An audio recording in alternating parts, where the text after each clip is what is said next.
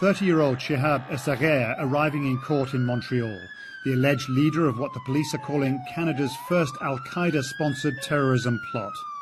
In Toronto, the second accused man, 35-year-old Raad Jasser. Together they're charged with plotting to derail a passenger train as it crossed a bridge. Their arrest followed a 6-month investigation. This house in suburban Toronto is where Raad Jasser and his wife were living until his arrest yesterday. Local people say they never spoke to them. But one neighbour said that for several months last year, there seemed to be 5 or 6 people living here.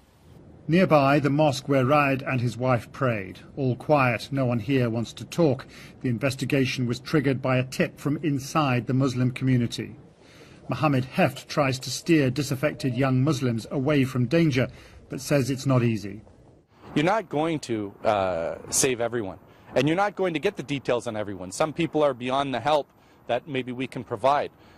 I would love to say that we bat 1,000, but it's not possible. So these things are going to happen. They're going to continue to happen. That's a realist attitude. And who was behind the latest plot? The Canadian police say the 2 men received help from abroad.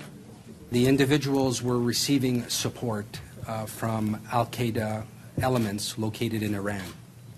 Now, I can tell you that there is no information to indicate that these attacks were state-sponsored.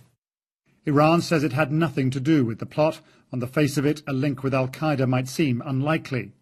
It preaches a radical anti-Shia ideology at odds with Shia Iran. But members of Al-Qaeda are known to have fled from Afghanistan to Iran, where they've been tolerated by the regime. Last September, Canada suspended diplomatic ties with Iran after listing it as a state sponsor of terrorism, a claim Tehran denies. This would be something of a departure if the Iranians were aware or involved in the Canadian plot. I suspect the answer is probably no. If they were, again, it would be a major departure. This is not Canada's first experience with terrorism at home. In 2006, the police foiled the so-called Toronto 18 plot, a plan to bomb a series of high-profile targets. And it's thought 2 Canadians were among the militants who attacked a gas plant in the Algerian desert earlier this year. It's all left Canada's Muslim communities scrambling for answers. Toronto has more Muslims than anywhere in North America.